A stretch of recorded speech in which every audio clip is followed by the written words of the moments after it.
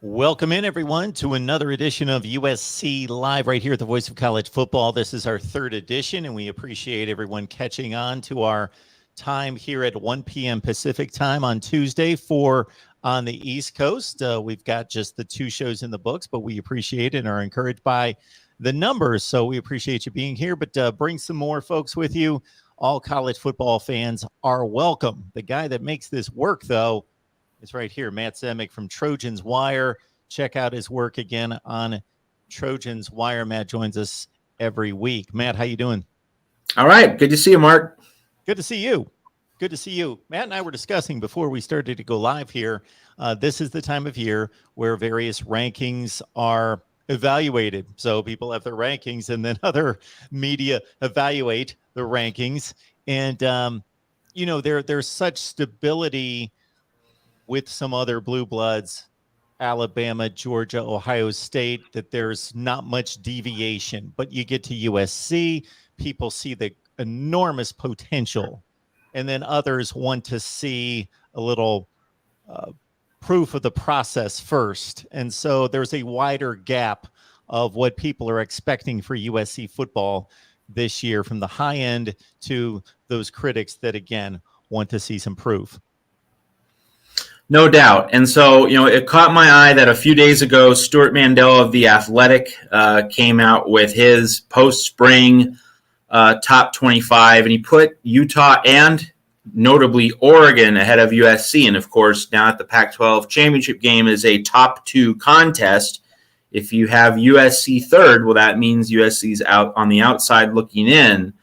And I'm not really even here to say that Mandel is wrong, but just what struck me about his thought process, if you read his article at The Athletic, and of course, we link to it at Trojans Wire, he focuses on, he acknowledges the weakness and the lack of depth on defense and that's going to be a problem. So, he acknowledges that point. Like, that's my big concern with USC when I evaluate the Trojans. But Mandel takes a little bit of time to say, there have been so many moving parts on the roster. He's trying to dramatically reassemble USC in the portal with all these moving pieces, and without an established culture, it's a lot to expect all of it to come together in a year. Again, not here to dump on Mandel. It's a perfectly reasonable line of thought. It's just striking that he focuses on this notion of impermanence. That, he doesn't have an established foundation, doesn't have an established roster from one year to the next. He's walking into a new situation and has overhauled the roster. It just strikes me as curious because we live in this transfer portal era now, and you have to use the transfer portal to upgrade your roster, especially if it has a lot of holes. And that's obviously something USC and Lincoln Riley have focused on this year. Next year they get their full recruiting cycle. So they're going to, rely more on the recruiting trail for 2023, whereas in 2022, it's an instant scramble, and they've needed to be very active in the portal. But even then, we are in the portal era. And so this notion of, well, I'm not so sure that USC is going to put all the pieces together because the roster's so different. Lots of programs are doing that. So, is that really all that convincing a reason to downgrade USC or express skepticism about USC?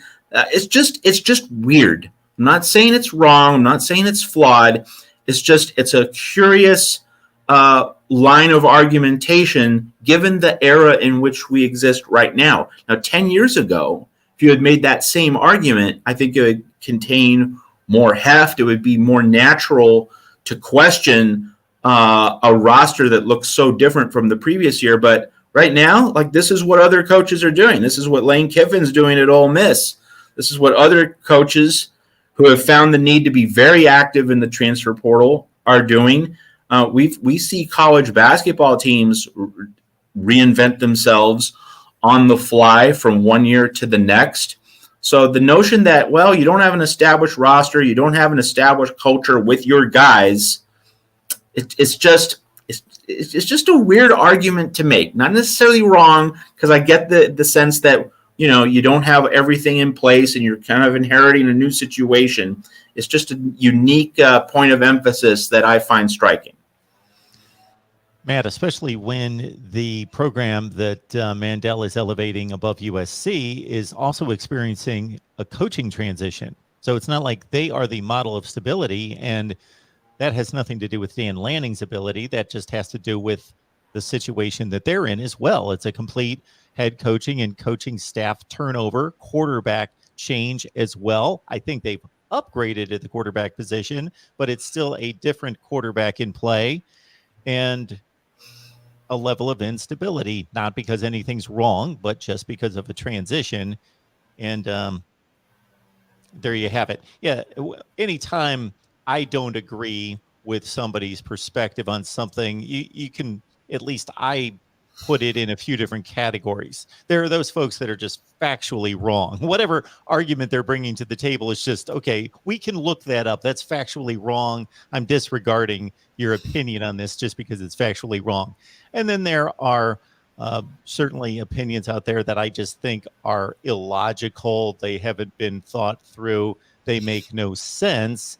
And then you've got a third category where this is well thought out. This is reasonable. I understand it. It certainly could happen. I'm just not agreeing with your take on the situation. So, yeah, I mean, there are nuances here. Like, if you had phrased it, if Mandel had phrased it as Lincoln Riley is trying to reassemble a very big operation, and he's trying to take a lot of steps all in one season, that he has a lot on his plate and he's probably not going to accomplish everything that he wants to do, that's a little bit better than this notion of not having an established culture.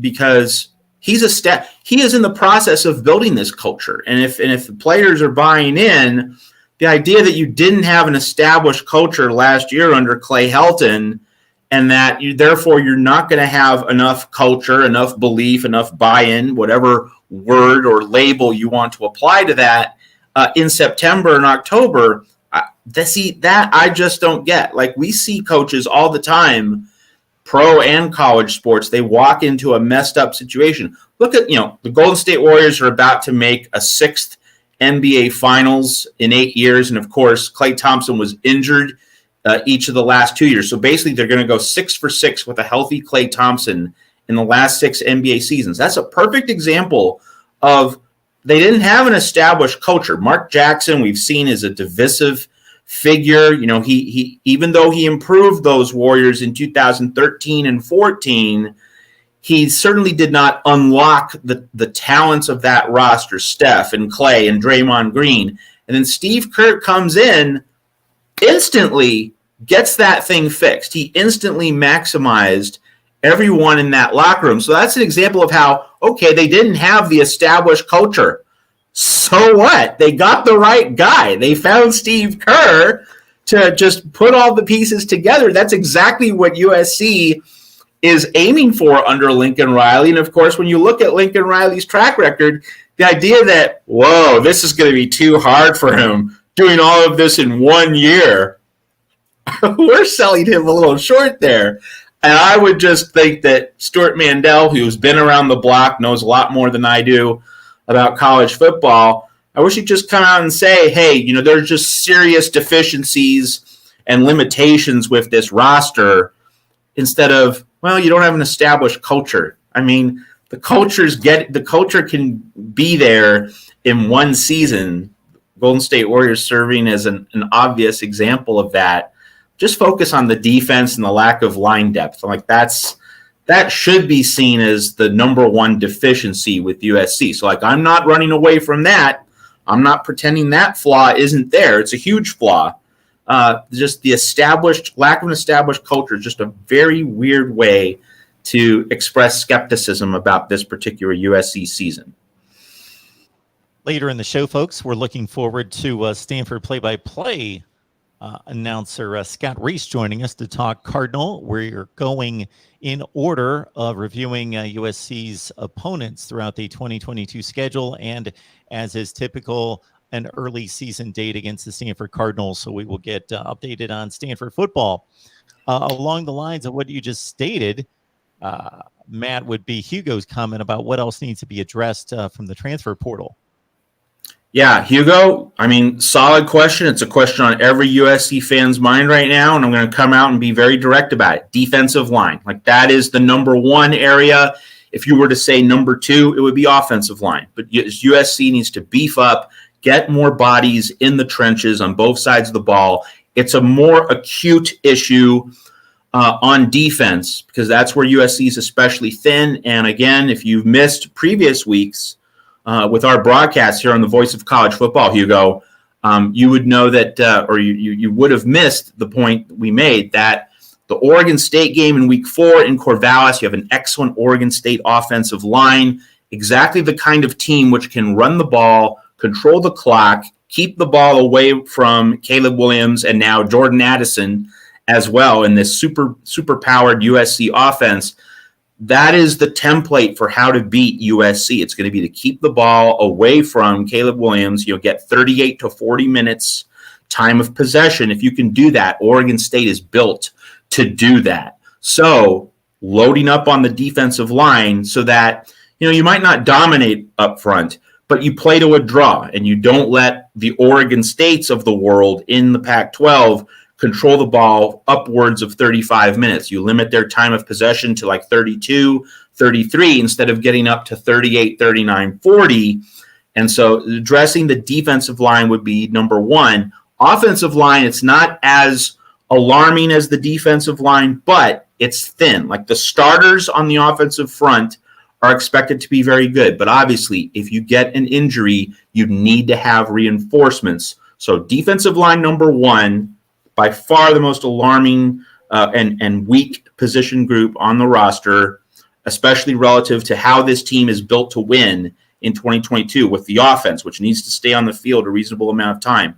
Defensive line, clearly number one. Offensive line, clearly number two. After that, it's probably in the secondary as number three because, if USC can be moderately decent against the run, you still have the passing game, and you don't want opponents to be able to outscore Caleb Williams in a shootout. USC wants to be on the right side of a 42-35 game, probably the kind of game we're going to see a lot of this year. And so USC just needs to make sure to give up fewer than 40 points because we saw Stanford get over 40. We saw Oregon State get over 40. We saw Utah get over 40. We saw UCLA throw up that 62 burger in the Coliseum. So just keeping opponents in the low 30s on a number of Pac-12 Saturdays might be good enough, especially if the time of possession is not severely skewed against USC.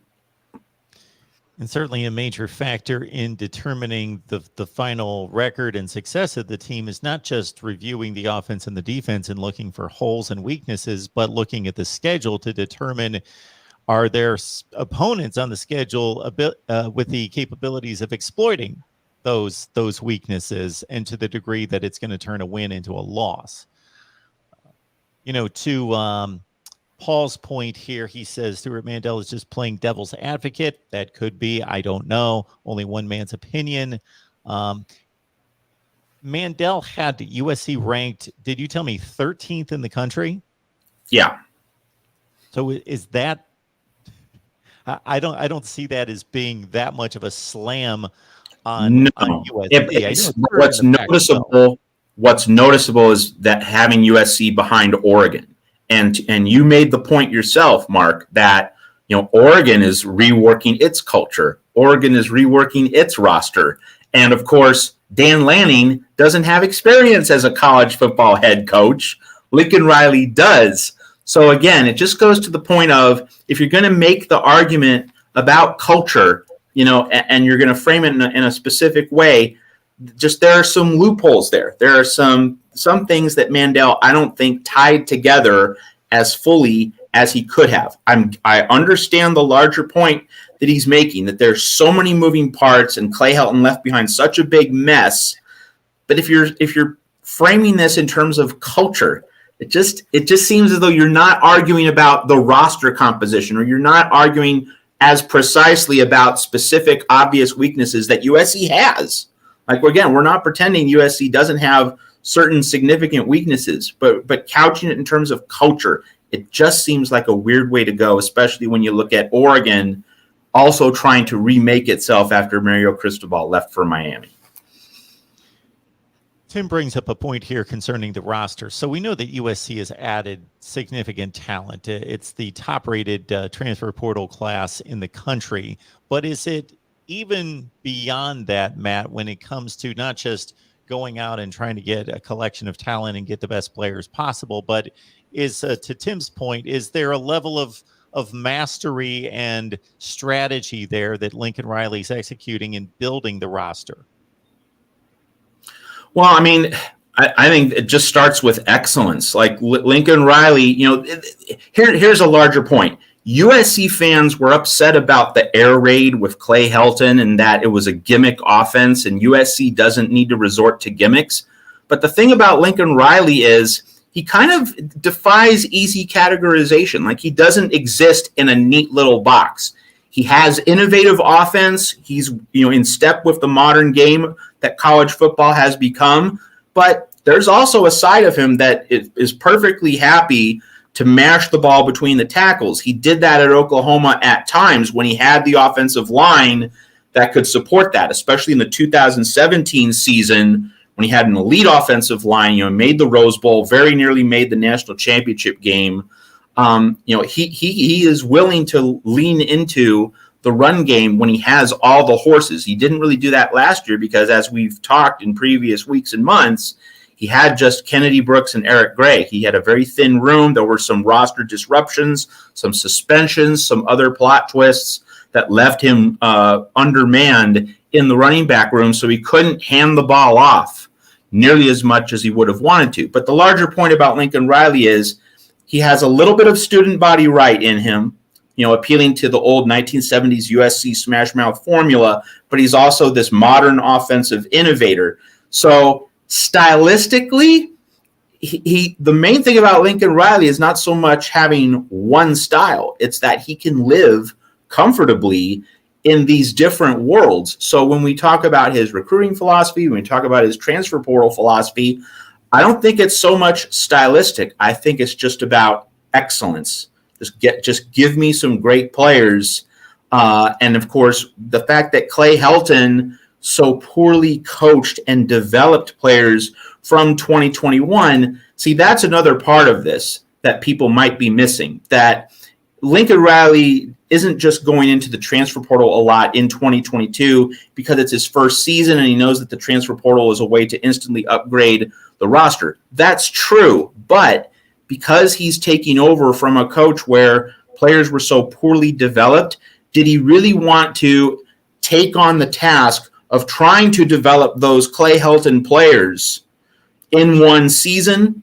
Or should he take a more fully formed transfer portal player from another program where he doesn't have to be starting from scratch as regularly with so many guys? Better to get 15, 20, 25 Clay Helton players out the door, bring in more fully formed players so that he's not coaching as many players from the ground up. It's the same for Alex Grinch on defense. I think that is a part of this. Like, let's say that a different coach, Lincoln Riley, was taking over from a different coach who, had his own problems, but at least was able to develop players. Maybe like the recruiting was bad, but the developmental side was good. Something like Dan Mullen at Florida. Like Dan Mullen, a masterful schematic coach, great at play design, great at teaching, where to be on the field, how to go about your business, but a bad recruiter. So, let's just enter a world briefly where Lincoln Riley was taking over for Dan Mullen, not Clay Helton. Would you have seen quite as much transfer portal activity? I think the equation would be different in that instance. Just if we're playing along and just trying to get a sense for why Lincoln Riley has attacked the portal, pursued it so aggressively in this offseason, the Clay Helton angle is part of this, and it shouldn't be ignored or minimized. Matt Simic, Trojans Wire, please join his work right there. Matt joins us each week on our USC show that is only 3 weeks old, but thanks to you, a lot of people on here, about 4,000 views last week, so we appreciate you being here, and we will continue to answer your comments and questions. Please support the show by hitting the like button, sharing these videos in the link out on social media, and we would love to have a sponsor here that would benefit your business, so please hit me up at MarkRogersTV at Gmail.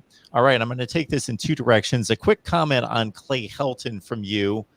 He took over near the end of 2015. That team went to a Holiday Bowl, I believe, against Wisconsin and lost. But he took over an unstable situation, difficult situation, had a talented team, but difficult situation. Then 2016, we know how that went. Made a poor decision out of the gate at quarterback, but they rectified the situation, go on that run, probably at a top 3 to 5 team in the nation at the conclusion of the season. They win the Pac-12 in 2017, lose the Cotton Bowl to Ohio State, really drubbed by the elite teams that season despite winning the Pac-12. Okay, when did you go south on Clay Helton? When did you determine he's not heavy enough for this job? 2018, because that was a 5-7 season. And so, as soon as Sam Darnold was out the door, everything collapsed like that. And then that was really the big tension point entering the 2018 season. Did Helton make Darnold or did Darnold make Helton? That was a key question in USC land heading into 2018. And so when 2018 turned into a horrible, nightmarish season, it became pretty apparent to everyone in the room, everyone watching across the nation, that it was Darnold who saved Clay Helton and not, Clay Helton found this diamond in the rough and molded him into a great player. It was more of Sam Darnold having these natural improvisational gifts, this natural understanding of the geometry of the football field, and he saved Clay Helton. And he came in, of course, just in time to rescue the 2016 season. Clay Helton, gave Max Brown the job at the start of 2016. So 2018, it was pretty clear that Clay Helton was on the job only because Sam Darnold saved his bacon. We appreciate Matt's work, and we appreciate that Scott Reese, Stanford play-by-play voice, will be joining us right now to talk some Stanford football. The Trojans and the Cardinal get together as they typically do early in the season, September 10th this year. Yeah. Scott, how are we doing today? We're good. How you guys doing? Doing just fine. We appreciate you joining us on our weekly USC show here. My pleasure. All right, let's get started with a little Stanford football talk. I'll get us started, and then I'll let Matt chime in. Let's start with the 2022 edition in regards to, we're coming off a stretch where David Shaw, one of the more respected head coaches in the nation, really had it rolling there for a long time. 11-19 the past 3 seasons. What is the outlook for 2022? What are the concerns? What are the hopes? Well, the hopes is that it doesn't look anything like 2021 for starters. You can go through the litany of injuries and you can talk about all the COVID hardships, and it's all true. But the fact remains, I think everybody internally understands that, they need to be better. They took it to heart after last season. They went through what they say is a soul-searching process where everything was on the table in terms of tweaking both sides of the ball. It kept the coaching staff intact, decided to kind of, dance with who brung you, so to speak. David Shaw is as loyal as it gets in college football in terms of, believing in his assistants. And so we will see what the new look brings us. It's hard to forecast. The one tangible change on the defensive side of the ball is they've switched to a 4-3, which they tinkered with at the end of last year, which I think plays more to the strengths of the defensive roster. But if you want the Cliff Note version, the offense on paper should be really good, and the defense needs to figure out a way to make a vast improvement because it's been not good enough the last few years. Scott, my main initial question to you is that, if you look at college football history over the past 40 years, one of the more significant rivalries was Florida State-Miami.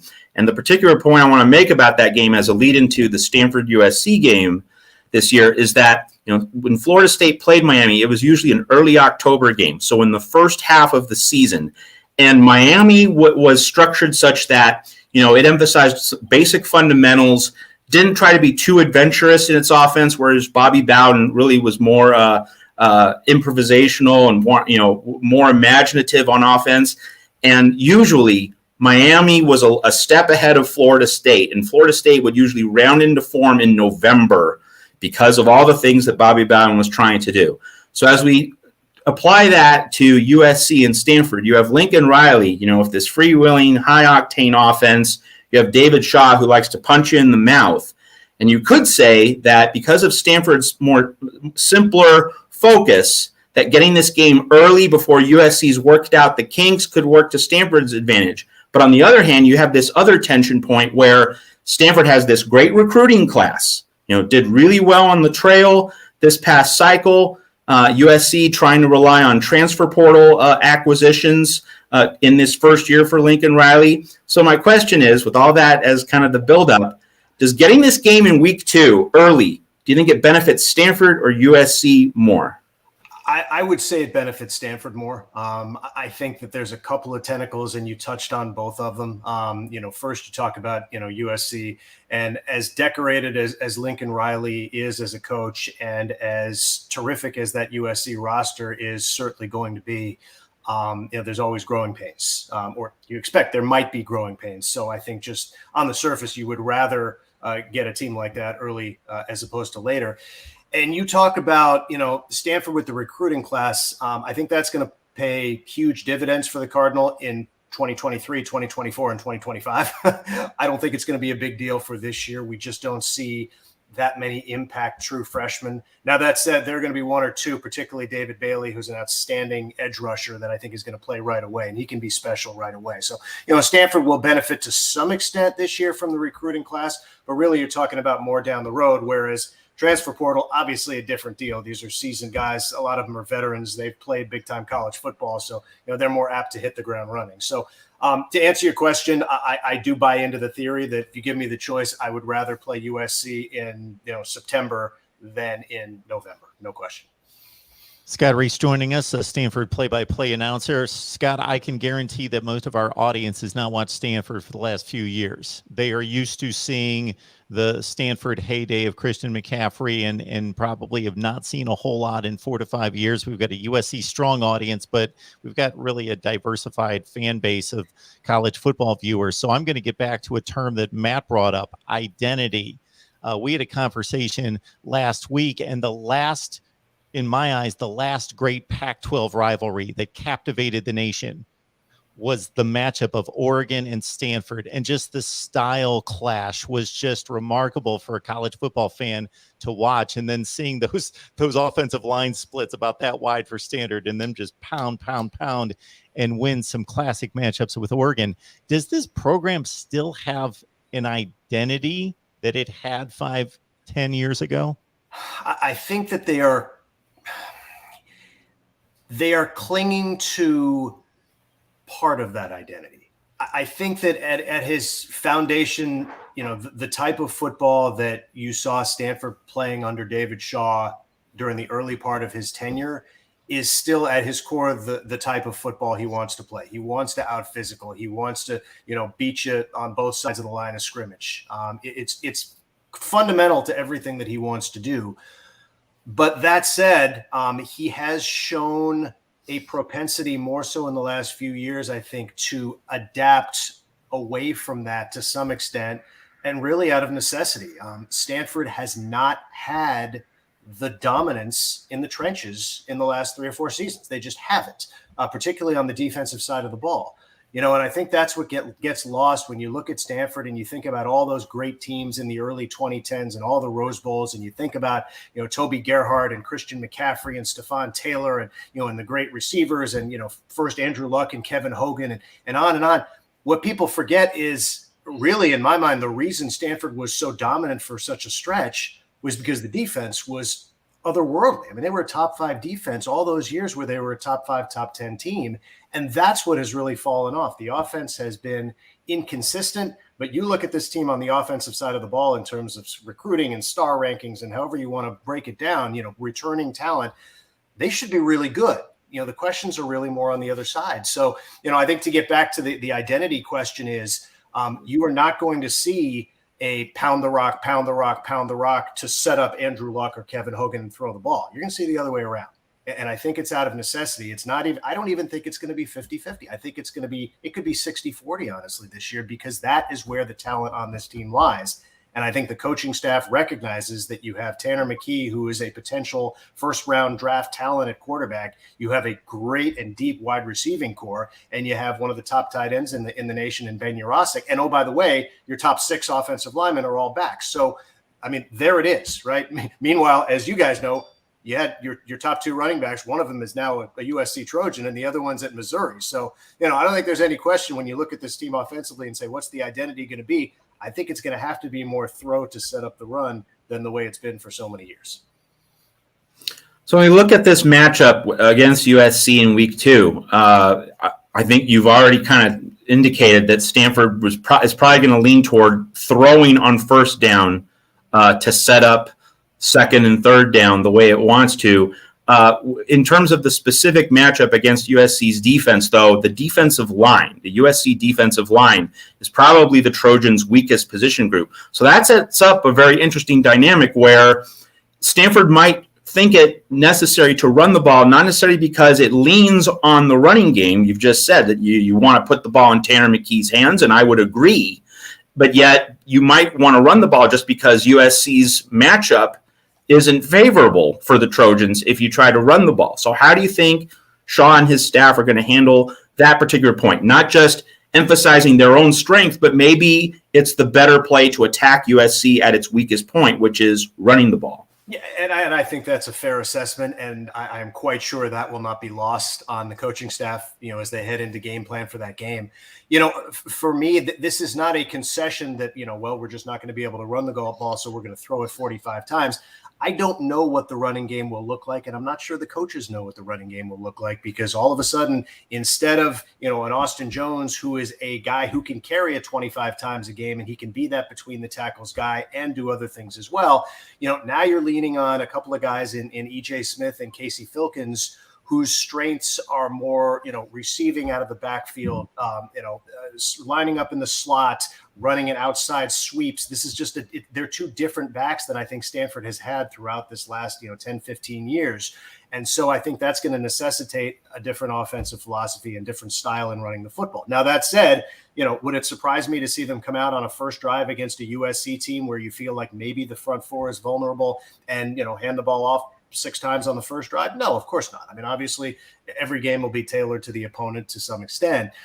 But I just say, I do think, big picture, we don't know what can E.J. Smith handle as a feature back. He's had a hard time staying on the field, got a ton of talent, does a lot of things well. He's Emmett's kid. Obviously, he's got the pedigree, but nobody knows at this point, what his limitations are in terms of being a number 1 back. Same for Casey Filkins. So we won't know in September. I think we'll have a better idea in October and November. And so to your point, maybe from a USC standpoint, maybe you want to get Stanford early because, the running game is untested, unproven. And, maybe they feel like, okay, they don't have to worry about that right off the bat. I don't know, but it's an interesting matchup for sure. Rivalries are everything in college football, but we keep hearing about the same handful of them. I think there's a few in the Pac-12 that get a little lost. Not a lot of people know about the venom between Washington and Oregon. It's real. It's deep. This is a different sort of rivalry. I've heard all sorts of opinions from people that cover USC and Stanford down through the years. Scott, how would you term the vibe, the environment, the history of this rivalry? How would you describe it? For me, it's awesome. I mean, when you a couple of minutes ago, you mentioned, the Stanford Oregon rivalry from the 2010s that was maybe, the national headliner. I would argue that within the conference, if you go back to 2010, right, you go back 10 or 12 years, has there been a better year in and year out rivalry than Stanford USC? And I'm not sure that there has.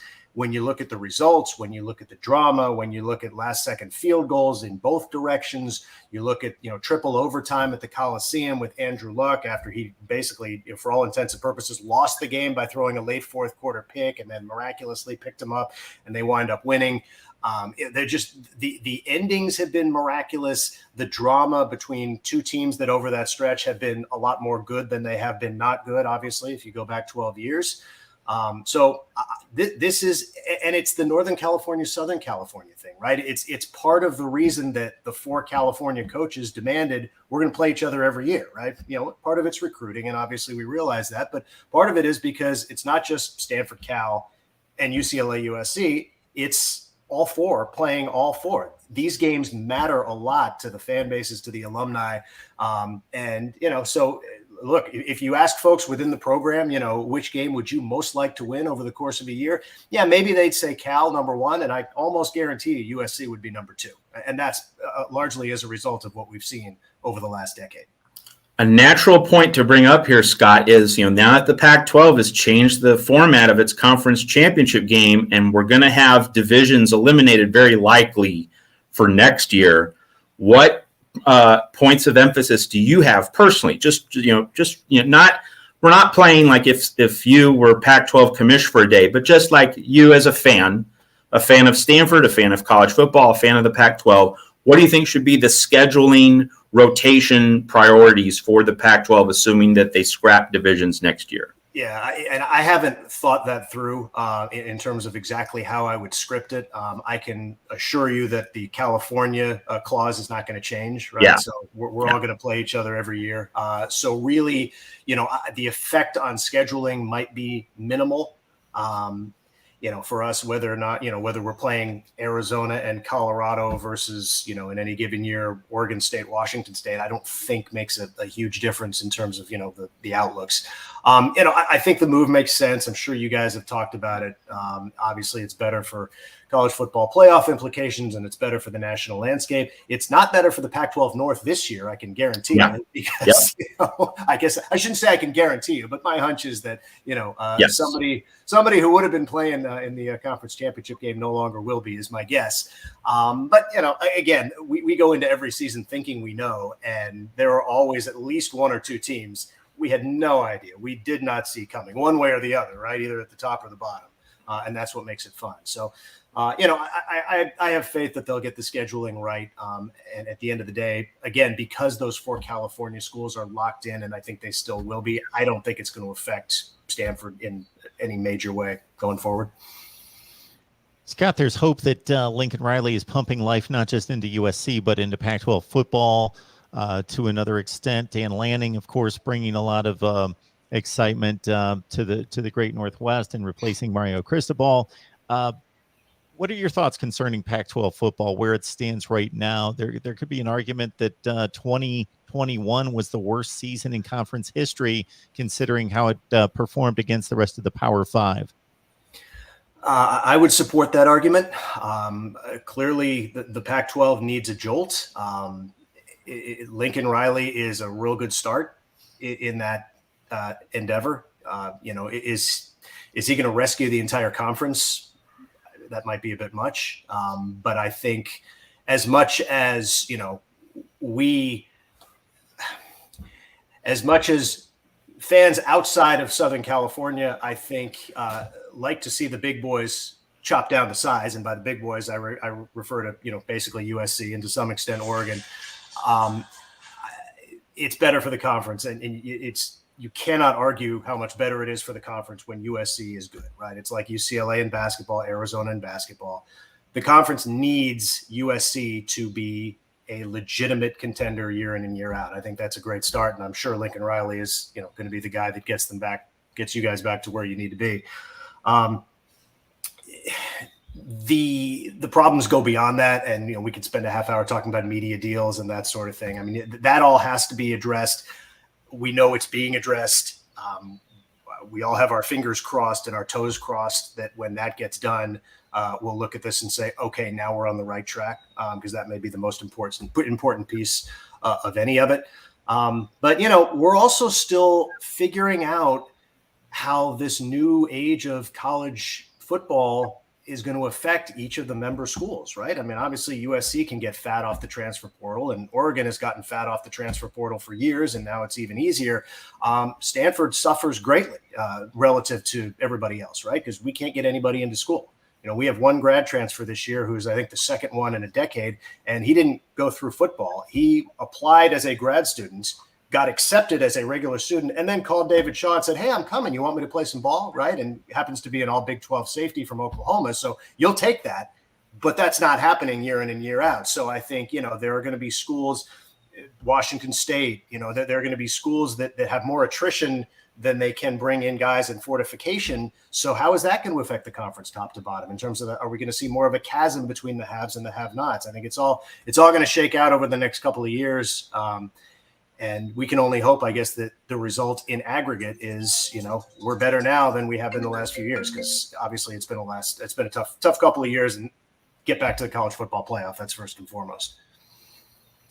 Scott, my last question to you would be, you know, as we look at the long-term outlook for Stanford, so I'm not thinking of 2022, I'm more thinking about like a 2 or 3 year window. And of course, the Pac-12 championship game change has really increased the level of urgency for various Pac-12 programs, because now they know they need to be second in a field of 12 as opposed to being able to win what might be a weak division in a given cycle. So it forces every team to be better regardless of where they are. So if Stanford's going to be in the top 2 in 2023, 2024, what do you think needs to happen in general? I mean, obviously you talked about the recruiting class needing to hit the mark.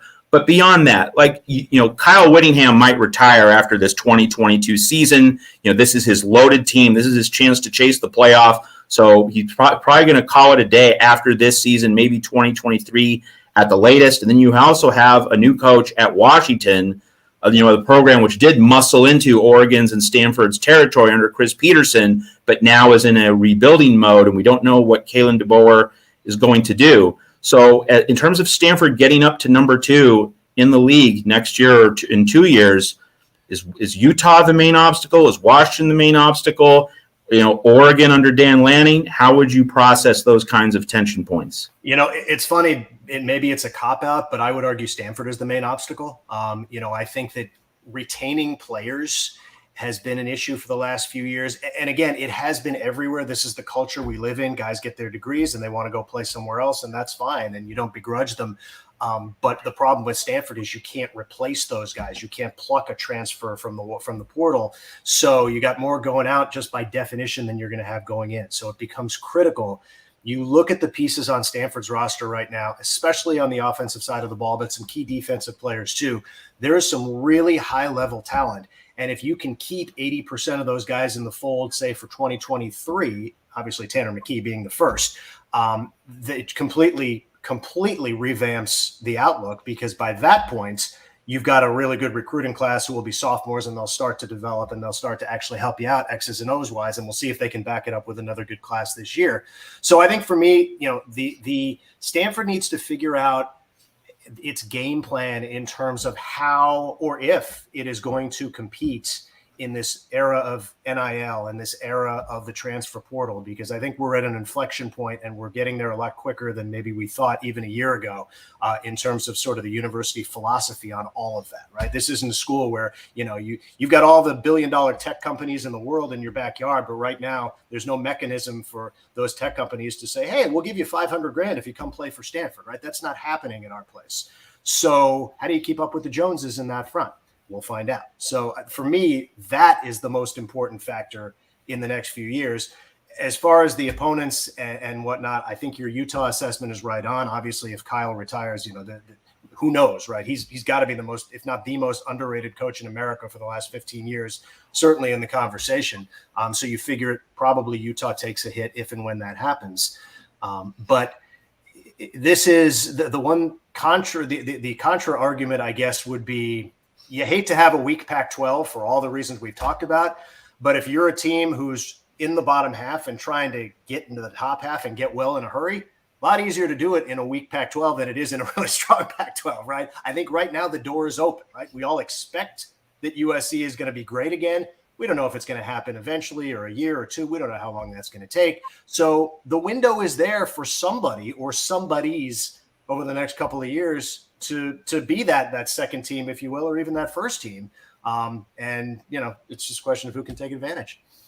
Scott Reese, Stanford play-by-play. Scott, we so much appreciate you stopping by, laying down the knowledge for us, and getting us caught up on Stanford football. Anytime, guys. It was fun. Thank you.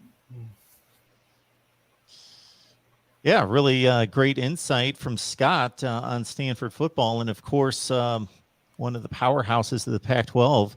Kind of went from near domination of the conference, Matt, to then leveling off into that kind of 8-4 realm for a few seasons, right around that time that Clay Helton was getting to a Rose Bowl and winning the Pac-12. They played Stanford in 2017. That Stanford team was about 8-4. And then now here in the last few years, it's just been unrecognizable. So they're at a crossroads. They are, and I think a couple important points on piggybacking on what Scott said, and that was a great guest segment from him. One is just the transfer portal. At Stanford, you don't have as many doors, as many options open to you as you do at other programs. So that's kind of self-evident that in this era of, instantly upgrading your roster through the portal, which USC's been able to do, Stanford doesn't have that easily as attainable. It's also the same thing for Cal, by the way, in Berkeley. But the other thing is, the COVID restrictions hit the Bay Area especially hard. And of course, the Bay Area, and we've talked about this from time to time, Mark, on the Voice of College Football, that the local culture at various schools in various states, in various places is different. So the culture surrounding Stanford and Cal, very different from the culture surrounding, SEC powerhouses. And COVID really was a bear and a burden for Stanford and Cal because the local governments were so restrictive. I mean, this hit both of those schools hard. I think it hurt Cal especially hard in football because of what the Berkeley City Council, the Berkeley government did to restrict what Cal did. Like Cal got hit by a number of COVID protocols that created sorely undermanned teams for games, especially in 2020. Also cropped up a bit in 2021.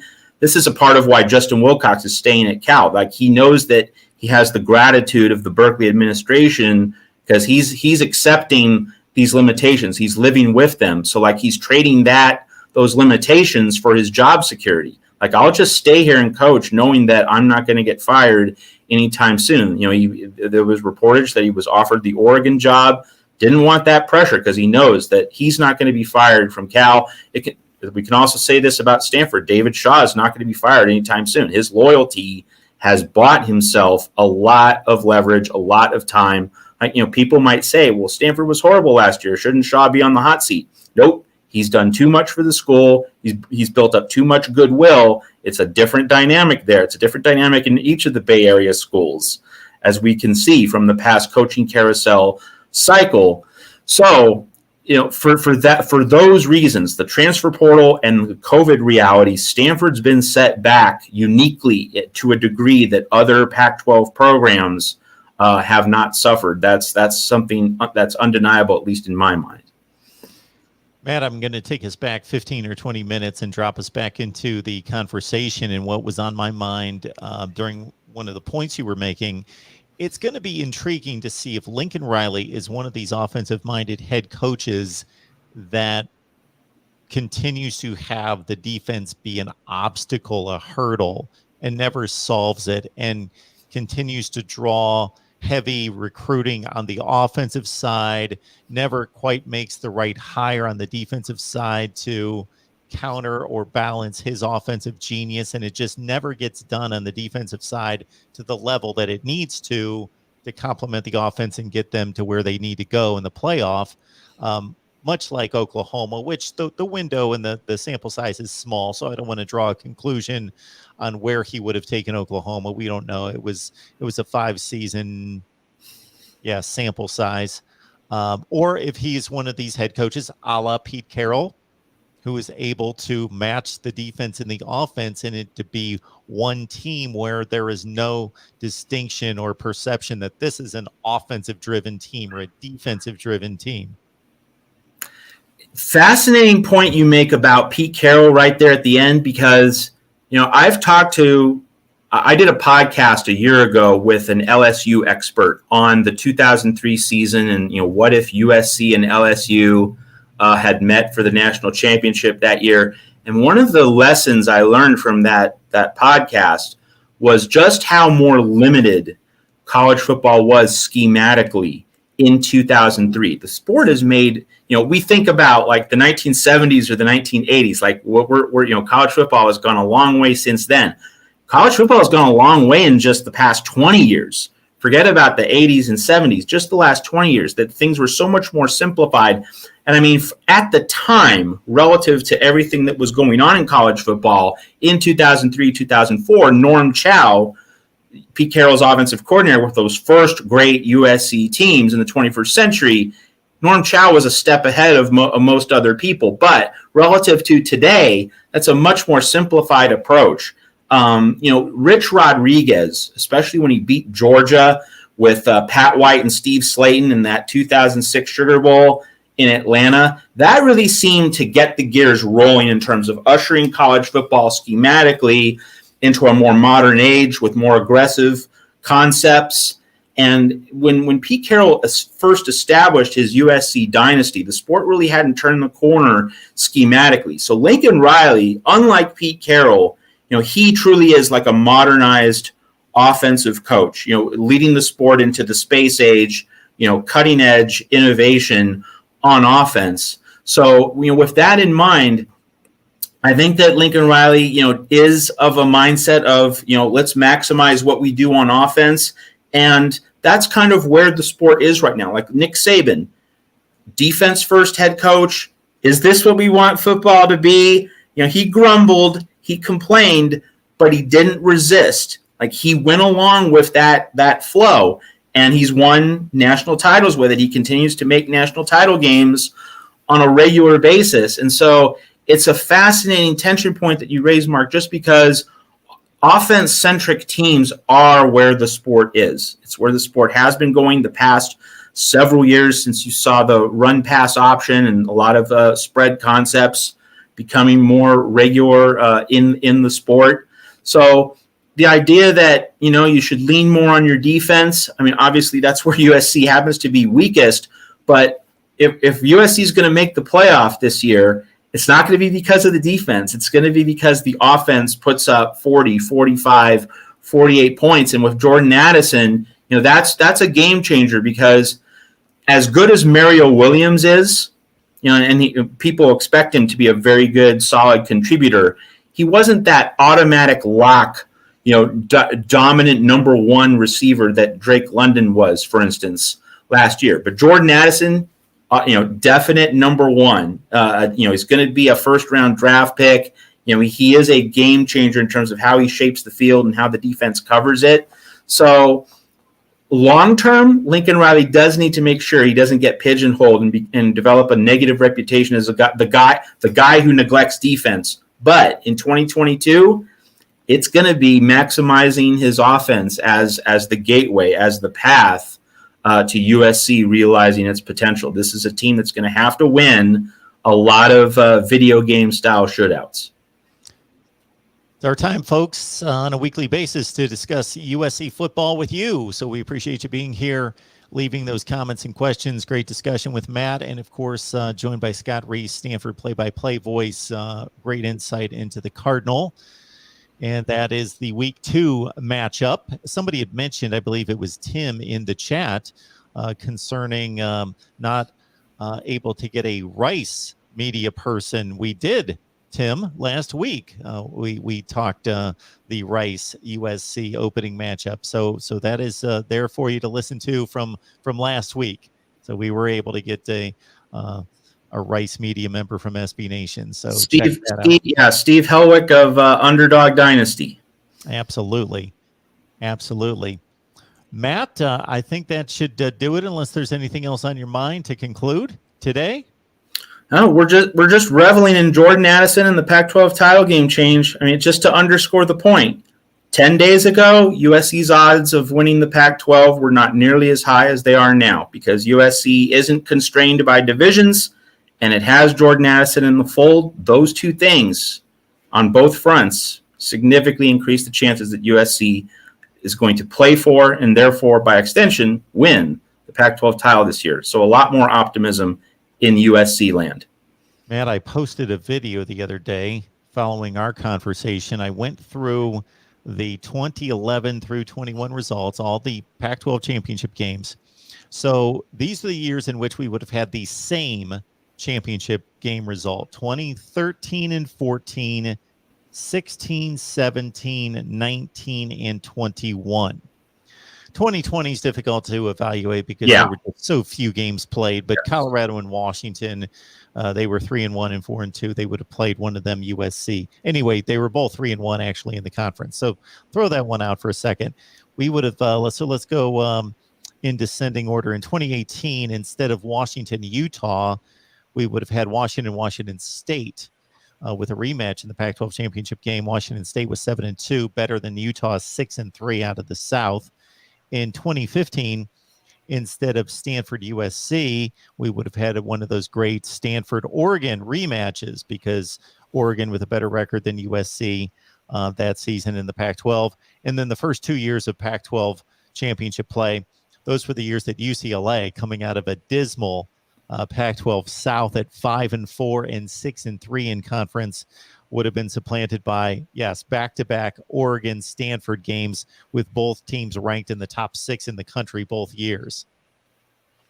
Yeah, no, because the North Division dominated the Pac-12. It dominated the conference championship game. The Pac-12 South won only one game through 2020, and that was USC in 2017 against Stanford. So, you would have had a lot more Oregon Stanford, and more broadly, you would have had a lot more all Pac-12 North Pac-12 championship games. So, this reform is going to have a significant effect, because usually one division, or when divisions get scrapped, one corner of the conference often has the advantage over the other. And now you're not comparing those two. It's just the best 2 out of 12. And it's a really welcome move for the conference.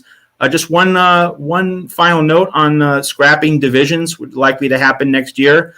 And it's another Stuart Mandel note. Like, in his column, he questioned the Big Ten scrapping divisions, if that, of course, happens. And he did it on the basis of, well, now Minnesota and Wisconsin can't make the Rose Bowl. Okay, true enough.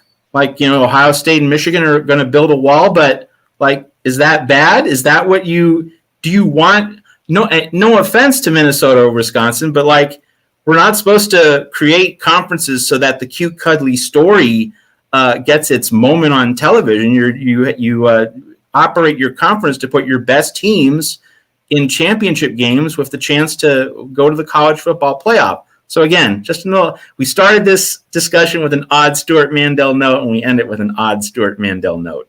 Yes, we do. And I will just add one other note to that, just to answer Tim's question. I've checked that a few times, Tim, in regards to the ability of the viewers to send super chats, and it's been turned on. I will double check that as soon as we get off. But I'm sorry that appreciate that you are wanting to contribute. I'll double check and see what the issue may be there.